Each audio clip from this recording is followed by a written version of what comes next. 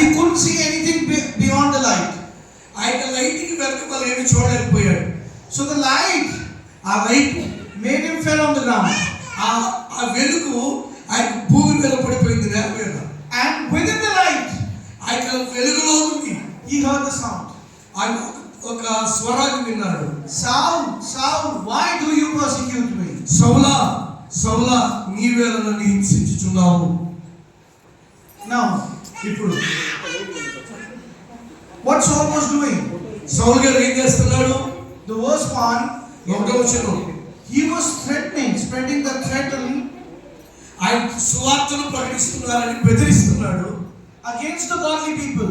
దేవుని ప్రజలైన వారికి వ్యతిరేకంగా. But the verse 4, నాలుగో వచనం చెప్తున్న మాట, while he was entering to Damascus, ఆ దమస్కో పట్టణంలోనికి అతను ప్రవేశిస్తుండగా he saw the light, ఆయన అక్కడ వెలుగు చూశాడు. and light was so bright ఆ వెలుగు చాలా తేజోమయంగా ఉంది. that made him to fall on the ground. ఆయన నేల మీద పడిపోయాడు. And while he was on the ground, ఆయన నేల మీద ఉన్నప్పుడు he heard the sound from the light.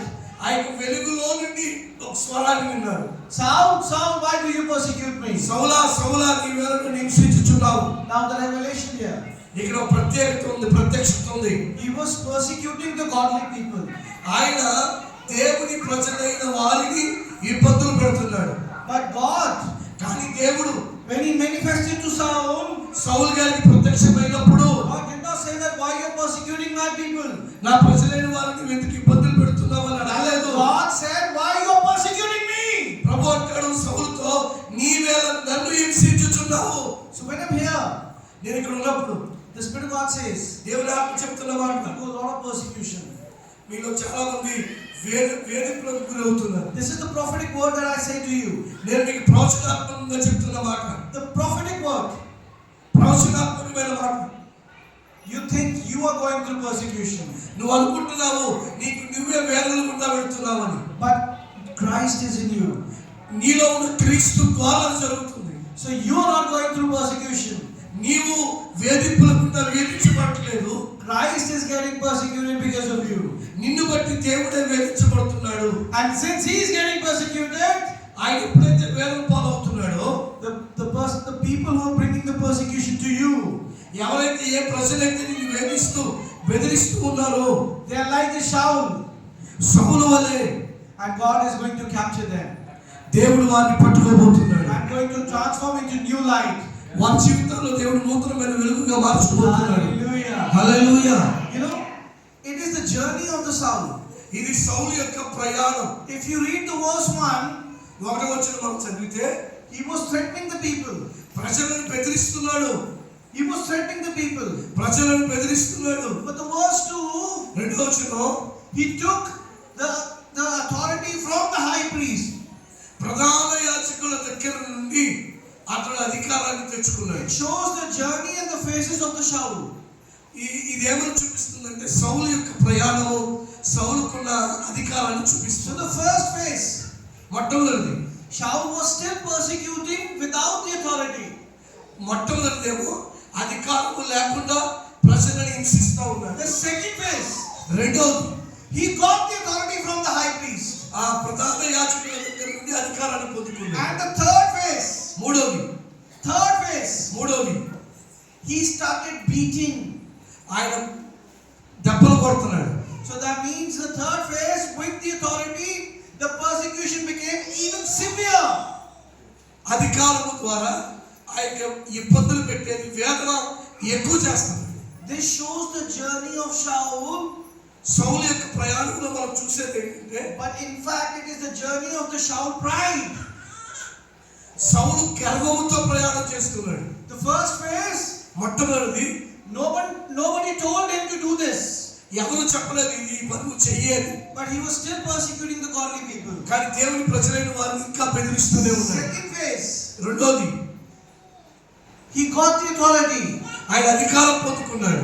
Third phase, మూడోది, because he got the authority, ఆయన అధికారం పొందుకుంది ఎందుకు అంటే, so he was misusing the authority. తనకి ఇవ్వబడిన అధికారాన్ని తను దుర్వినియోగం చేస్తున్నాడు. You know, he was misusing the authority. తనకి ఇవ్వబడిన అధికారాన్ని తను పాడు చేసుకుంటున్నాడు. Why he was misusing the authority? ఎందుకు తనకు ఇవ్వబడిన అధికారాన్ని తను దుర్వినియోగం చేసుకుంటున్నాడు? Because he was not using authority for the good thing. మంచి విషయాల కొరకు తన అధికారాన్ని ఉపయోగించుకోవడం లేదు. Rather he was using the authority against the godly people. దేవుని ప్రజలైన వారికి వ్యతిరేకంగా ఆ అధికారాన్ని ఉపయోగిస్తున్నాడు. And మరియు why I say because he was misusing the authority? ఎందుకు తన అధికారాన్ని దుర్వినియోగం చేసుకుంటున్నాడని చెప్తున్నానంటే, Because when he got the authority, ఇది దేవుని యొక్క అధికారం. he became merciless. అతడు దయలేని వాడైపోయాడు. Verse 1, మొట్టమొదటి he was only persecuting. అతడు హింసిస్తున్నాడు.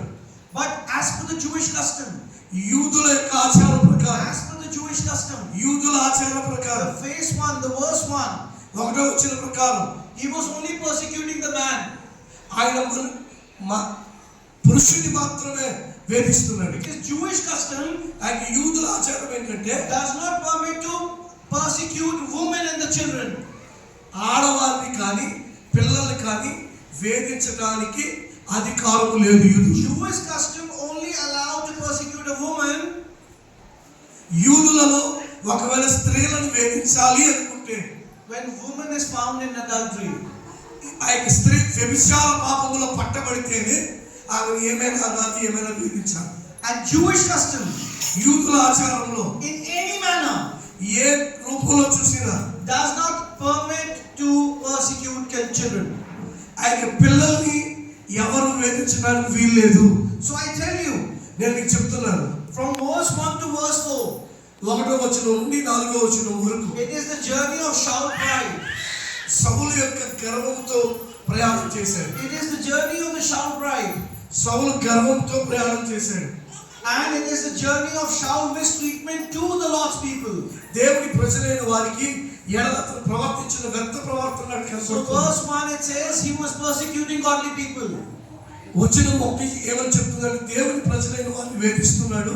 But to be precise, he was only persecuting the men. అతడు పురుషులను మాత్రమే వేధిస్తున్నాడు. And then the verse 2, he got the authority. రెండవది, అతడు అధికారాన్ని పొందుకున్నాడు. On the basis of the authority, అధికారం పొందుకోవడానికి కారణం ఏంటి? although because of the authority, అధికారాన్ని బట్టి మాత్రమే, he was still not permitted to persecute women and the children because the Jewish custom did not permit him. ఆ యొక్క ఆడవారిని అలాగే పిల్లల్ని వేధించడం అనేది యూదుల ఆచారంలో వారి అనుమతి లేదు. But verse 3, కానీ మూడవ వచనం it completely shows అది పూర్తిగా తెలియజేసేది ఏంటి అంటే, a misusing of the authority. అధికారాన్ని దుర్వినియోగం చేసుకుంటున్నాడు. The verse 1, ఒకటో వచనం, he didn't have the authority, ఆయన అధికారం లేదు, but he was still doing it. ఆయన ఎలా చేస్తున్నాడు? As if అది ఒకవేళ జరిగితే, a neighbor is taking care of your house, ఎవరైనా సరే మీ కుటుంబాన్ని గురించి బాధ్యత కలిగి ఉంటే, but you have never sent the neighbor to look after my house. ఆ తర్వాత నేను చెప్పే మాట తెలుసా, అసలు నన్ను నా కుటుంబాన్ని So the verse 1, ఒకటో వచనం, he was never told to persecute, ఎవరు ఎన్నడూ కూడా వేదన అనేది లేదు, but he was persecuted. కానీ వేధించబడుతుంది. Verse 2, రెండో వచనం, he got the authority, అధికారం పొందాడు. but now the verse 3, మూడో వచనం చెప్తుంది, he was on the peak of the pride. బాగా గర్విస్తూ వాడైపోయాడు. Sorry, the verse 3, మూడో వచనం, he started misusing the authority. అధికారాన్ని దుర్వినియోగం చేసుకున్నాడు. He got the authority అధికారం పొందాడు to persecute the people, ప్రజలను వేధించడానికి, but only the men. కానీ పురుషులు మాత్రమే. But remember, కానీ గుర్తుపెట్టుకోండి, Jewish custom. యూదుల ఆచారం ప్రకారం You remember the verse? మీరు ఆ వచనాలు గుర్తుపెట్టుకుంటే, Pharisee and the Sadducee bought the woman ఆ పాపంలో పట్టబడిన స్త్రీని చూసినప్పుడు, who was found in adultery, ఎవరైతే వ్యభిచారంలో పట్టబడ్డారో, and as per the custom, ఆయన యూదుల ఆచారం ప్రకారం, as per the law, దేవుని ధర్మశాస్త్రం ప్రకారం they wanted to stone the woman to death. ఆ యొక్క స్త్రీని రాళ్లతో కొట్టి చంపాలి. But కానీ Jesus drew the line యేసు ప్రభువు చేతి విరలతో రాశాడు. and said, అన్నాడు, the first person to pick up the stone and to throw the stone over the woman ఏ వ్యక్తి అయితే మొట్టమొదటిగా రాయి తీసుకుని ఈ స్త్రీ మీదకి వేస్తున్నారో should be a sinless man. పాపం లేని వాళ్ళు ఎవరో వారే రాయి తీసుకుని అమ్మాయిని కొట్టండి అన్నాడు. But nobody turned up. కానీ ఎవరు కూడా కొట్టలేకపోయారు. Everyone came, ప్రతి ఒక్కరు వచ్చారు, saw what Jesus wrote, యేసయ్య ఏం రాశారో చూశారు, they read, వారు చదివారు, they turned back. మళ్ళా వారు తిరిగి వెళ్ళిపోతున్నారు. Because when they were reading what Jesus has written, యేసు ప్రభువు ఏమైతే రాశారో చదువుతున్నారు, వెళ్ళిపోతున్నారు. while they were reading, వాళ్ళు ఎందుకు చదివి వెళ్ళిపోతున్నారు? it was the confrontation of their sin. వారి పాపాలు యేసయ్య నేల మీద రాస్తున్నాడు. And while they were getting confronted of their sin, ఎందుకు వారి జీవితాల్లో జరిగిన పాపాలను చూడగానే యేసయ్య రాసి పెట్టాడు. they were not able to stone the woman. ఆయన స్త్రీని రాళ్ళతో కొట్టడానికి వారికి అర్హత లేదు కనుక. So even though Saul what was doing, సౌలు గారు పనిచేస్తున్నప్పటికీ the Jewish custom was above everything. ఆయన యూదుల ఆచారం అంతా కూడా ఉన్నతంగా ఉన్నప్పటికీ He got the authority, ఆయన అధికారం పొందాడు. but still was not allowed to torture the woman and the kids. కానీ ఆడవారిని పిల్లల్ని ఏ మాత్రం వేధించడానికి అధికారం So ఇవ్వలేదు. he was misusing the authority. ఆ అధికారాన్ని దుర్వినియోగం చేశాడు. I have one person in my church. వారి సంఘంలో ఒక సహోదరుడు ఉన్నాడు. One person in my church. సంఘంలో ఒక సహోదరుడు ఉన్నాడు. He works for DTC. ఆ డిటిడిసిలో పనిచేస్తాడు. No, not DTDC, DTC. డిటిసిలో పనిచేస్తాడు. It's a government sector అది గవర్నమెంట్ ప్రభుత్వ కార్యాలయం. which manages and controls the buses. ఆ యొక్క అధికారాన్ని వాళ్ళు వాడుకుంటూ ఉంటారు. Like here in Andhra, ఆంధ్రాలో you see some private buses running, private బస్సులు వెళ్తూ చూస్తున్నాం కదా. and you see some buses that are being run by the government, controlled by the government. కొన్ని ప్రైవేట్ బస్సుల్ని గవర్నమెంట్ వారి ఆధీనంలో తీసుకుని వాళ్ళు నడిపిస్తూ ఉంటారు. So in Delhi we have DTC, ఆ ఢిల్లీలో మాకు డిటిసి అని ఉంటుంది. which means దాని అర్థం ఏంటంటే a bus is being controlled and run by the government. Government వారి ఆధీనంలో ఆ బస్సును తీసుకుని వాళ్ళు నడిపిస్తాం. So he works for DTC. వారు అందరూ పనిచేస్తారు. He is their driver. ఆయన డ్రైవర్ గారు He drives the bus. ఆ బస్ డ్రైవ్ చేస్తూ ఉంటాడు. But కానీ the best part and a surprising part, ఆయన చేసే ప్రతి పని ఏంటంటే చాలా శ్రేష్టమైన పని ఏంటంటే he works for DTC, ఆయన డిటిసితో పనిచేస్తాడు. but when he is driving his motorbike ఆయన మోటార్ బైక్ పనిచేస్తూ తోలేటప్పుడు for his personal use, ఆయన వ్యక్తిగతమైన ఉపయోగం కొరకు when he don't wears a helmet, ఆయన హెల్మెట్ ఉపయోగించాడు. and if cops stop him, ఎవరైనా ఆపితే he says I'm the staff, ఆయన అంటాడు నేను ప్రభుత్వ ఉద్యోగినండి అంటాడు. and as per the rule rule ప్రకారం I'm going on my duty. నేను డ్యూటీకి వెళ్తున్నాను అంటాడు. Although he's going for his personal things. ఆయన వ్యక్తిగతంగా పని చేయడానికి వెళుతున్నా So the police officer exempts him from the challan. ఆ చలానాలోని పోలీస్ ఆఫీసర్ ఆయన తప్పిస్తాడు. And I always tells him politely, you're misusing the authority. నేను చెప్తాను ఆయన ఇప్పుడు కూడా చక్కగా ప్రేమతో చెప్తాను, నీవు ఆ అధికారాన్ని నువ్వు దుర్వినియోగం చేస్తున్నావు. You are misusing the authority. నువ్వు అధికారాన్ని దుర్వినియోగం చేస్తున్నావు. The authority that we have received నువ్వు పొందుకున్న అధికారం is not to misuse, నువ్వు దాన్ని దుర్వినియోగం చేయకూడదు.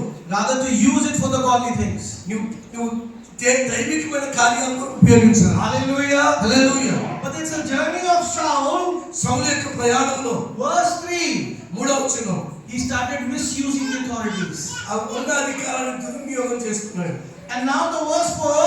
4వ వచనం It was the peak of his pride.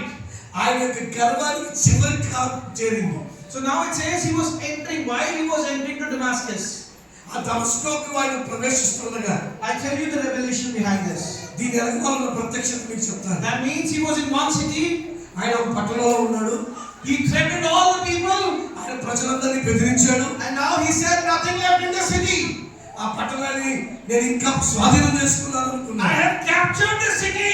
నేను ఈ పట్టణాన్ని స్వాధీనం చేసుకున్నాను అన్నాడు. When my threatened, ఎప్పుడు స్వాధీనం చేసుకున్నాడు? let's move to another city and let's capture it. నేను ఇప్పుడు పట్టణాన్ని వెళ్ళి ఆ పట్టణాన్ని కూడా స్వాధీనపరచుకోవాలి. So that was a sign of the pride, the peak of the pride of Saul. సౌలుకి ఉన్న గర్వము చివరికి పరాకాష్ఠకు చేరుకుంది. He started thinking in his mind, ఆయన మనసులో అది ఆలోచిస్తూ ఆ గర్వాన్ని పొందుకున్నాడు. he has become victorious. ఆయన అనుకున్నాను నేను గొప్పవాడిని అయిపోవాలి. And let's keep capturing the other cities. నేను మరి యొక్క పట్టణాన్ని కూడా స్వాధీనం చేసుకోవాలనుకున్నాను. So from one city to another city, ఒక పట్టణం నుండి ఇంకో పట్టణానికి with the mindset, ఆయన మనసు మార్చుకుని I have captured the city. ఈ ఈ యొక్క పట్టణాన్ని స్వాధీనం I have చేసుకోవాలి. tortured all the people of the city. ఈ పట్టణంలో ఉన్న ప్రజలందరినీ నేను హింసించాలి. Nothing to be left to be tortured here. వాళ్ళు హింసించకుండా ఏది పెట్టడానికి వీల్లేదు. Now, let's move to another city. మరొక పట్టణానికి వెళ్ళాలి. You know why he chose Damascus to go? దమస్కోకు వెళ్తాకి ఎందుకు ఎన్నుకున్నాడో తెలుసా? Because he studied. ఆయన ప్రారంభించాడు. He studied and he asked people, ప్రారంభించాడు, ప్రజలను అడిగాడు, where more godly people are to be found. ఎక్కడైతే దైవికమైన ప్రజలు దొరుకుతారో అక్కడ. He chose Damascus దమస్కోని ఎన్నుకున్నాడు because he thought that I've captured one city. ఆయన ఒక పట్టణాన్ని స్వాధీనం చేసుకున్నాడు. Damascus is a big city. ఆ దమస్కో అనేది చాలా పెద్ద పట్టణం. At that time, the population of the godly people was much in ratio. ఆయన దమస్కో పట్టణంలో దైవికమైన ప్రజలు అన్ని పట్టణాల కంటే ఎక్కువ మంది So ఉన్నారు. he was in peak of the pride. ఆయన చాలా గర్విష్ఠువాడైపోయి He said, let me capture the big city now. ఇప్పుడు నేను ఒక పెద్ద పట్టణాన్ని స్వాధీనం చేసుకోనివ్వండి అన్నాడు. It is a city where the Hananias was found, where the prayerful person was found, who had to open the eyes. ఆ పట్టణంలో ఒక మంచి ప్రార్థనాపరుడు ఉన్నాడు. ప్రార్థించగానే ఆయన కళ్ళు తెరవబడతాయి. It was the city where the anointed people were staying. ఆయన పట్టణంలో అభిషేకింపబడిన ప్రజలు ఉన్నారు. He was in the peak of the pride, ఆయన గర్వంతో ఉన్నాడు. and because of the pride, ఆయన గర్వాన్ని బట్టి he challenged the authority.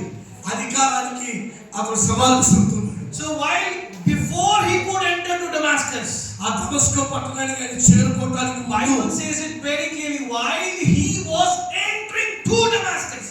Bible చెప్తుంది ఆయన దమస్కో పట్టణమునకు చేరుకోబోతుండగా, That means he had not entered the Damascus. దమస్కో పట్టణానికి ఇంకా రాలేదు. He was at the border of the city. ఆయన పట్టణానికి అంచులో ఉన్నాడు. Enter. పొలిమేరలో ఉన్నాడు. God himself said to him, దేవుడు అతను చూశాడు. because it was the fight of the authority to authority. అధికారానికి పైన అధికారం కలిగిన వాడు మన దేవుడు. When he was on the peak, ఆయన ఎప్పుడైతే గర్వానికి he was brought to the lowest of his level. దేవుడు తనకున్న ఆ యొక్క ఉన్నతమైన స్థితిని కిందకి తీసుకొచ్చి The పడేశాడు. light was so bright that made him fall on the ground. ఎప్పుడైతే తన యొక్క గర్వము, హృదయంలో గర్వం ఎక్కువైపోయిందో నేల మీద పడిపోయేటట్టు దేవుడు It చేశాడు. shows the process of the God. అది దేవుని యొక్క ప్రణాళిక ఉన్నది. When the persecution rise, ఆ యొక్క హింస అనేది ప్రారంభమైనప్పుడు, along with the persecution, the pride also rise. ఆ హింస ప్రారంభమవటం మాత్రమే కాదు, గర్వము కూడా ప్రారంభమైంది. And when pride at its peak level, ఆ యొక్క గర్వం అనేది ఉన్నతంగా వెళ్ళిపోయినప్పుడు, it is the time to fall on the ground. ఆ యొక్క నేల మీద పడిపోవాల్సి వచ్చింది. I am in the spirit, pastor. నేను ఆత్మలో ఉన్నాను తెలుసుకున్నా. I see a lot of persecution here. ఇక్కడ చాలా హింసలు ప్రారంభమవుతున్నాయి. Lot of persecution here. చాలా హింసలు ప్రారంభమవుతున్నాయి. As the persecution increasing, ఆ యొక్క హింసలు ప్రారంభమవుతుండగా the pride is also increasing for some people. కొంతమంది ప్రజలు గర్విష్ఠులైపోబోతున్నారు. And when they were at the peak of the pride, వారు గర్విష్ఠులుగా ఉన్నతమైన స్థితిలోకి వెళ్ళిపోయినప్పుడు, they're gonna be captured by the God. దేవుని ద్వారా వారు పట్టబడబోతున్నారు. And they will go to the lowest level. వారు అక్కడి నుంచి పట్టబడి ఈ నేల మీదకి చిట్ట స్థానంలోకి When they వారు left పడబోతున్నారు. nothing, only need to depend on the grace of the God. మనం పడిపోవటానికి ముందుగా దేవుని మీద మాత్రమే ఆధారపడి ముందుకు వెళ్ళవలసిన వారమే ఉన్నాం. Acts chapter 9 verses 1 to 5. It's the journey of the Shaul pride. అపోస్తలుల కార్యగ్రంథం 9వ అధ్యాయం 1 నుండి 5 సౌలు యొక్క ప్రయాణం గురించి అక్కడ రాయబడి ఉంది. And the verse 5 and the 6 is the downfall of the pride of the Shaul. 5-6 వచనాల్లో సౌలు యొక్క పతనము, తను ఏ విధంగా పైకి లేపబడ్డాడో రాయబడి ఉంది. Don't worry, మీరు భయపడద్దు, I'm just about to end. మీ సమస్యలు తీర్చడానికి సిద్ధంగా ఉన్నాయి. Exodus నిర్గమకాండం chapter 14 verse 14, the God says this prophetic word for this church. 14వ అధ్యాయం 14వ వచనం ఈ సంఘాన్ని గురించి దేవుడు ఇచ్చిన ప్రవచనాత్మకం. It says, you shall keep quiet, you shall keep standing, God is going to fight your fight. నిర్గమకాండం 14 ఉంది. ఓరకయే నిలిచి ఉంది చూడుడి, యెహోవా మీ పక్షమున యుద్ధము చేయబోతున్నాడు. Is it in the translation in Telugu? Yes.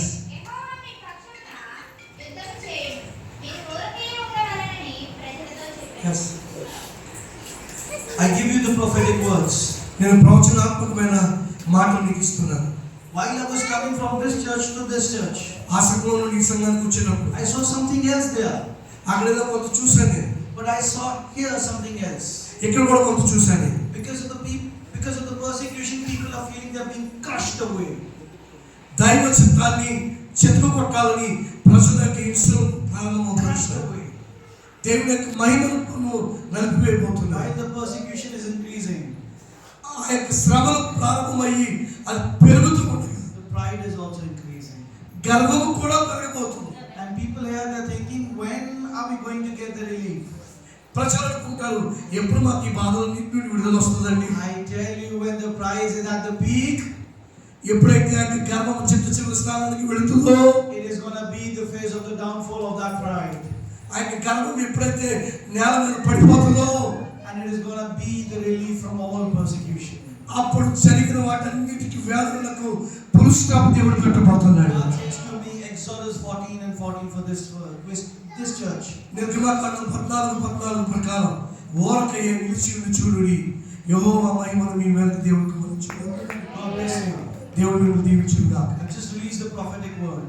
నేను మీ మీదకి ప్రవచనాత్మకమైన సందేశాన్ని వదిలాను. It's a journey. ఇది ప్రయాణం. So you're going, you're part of those journey.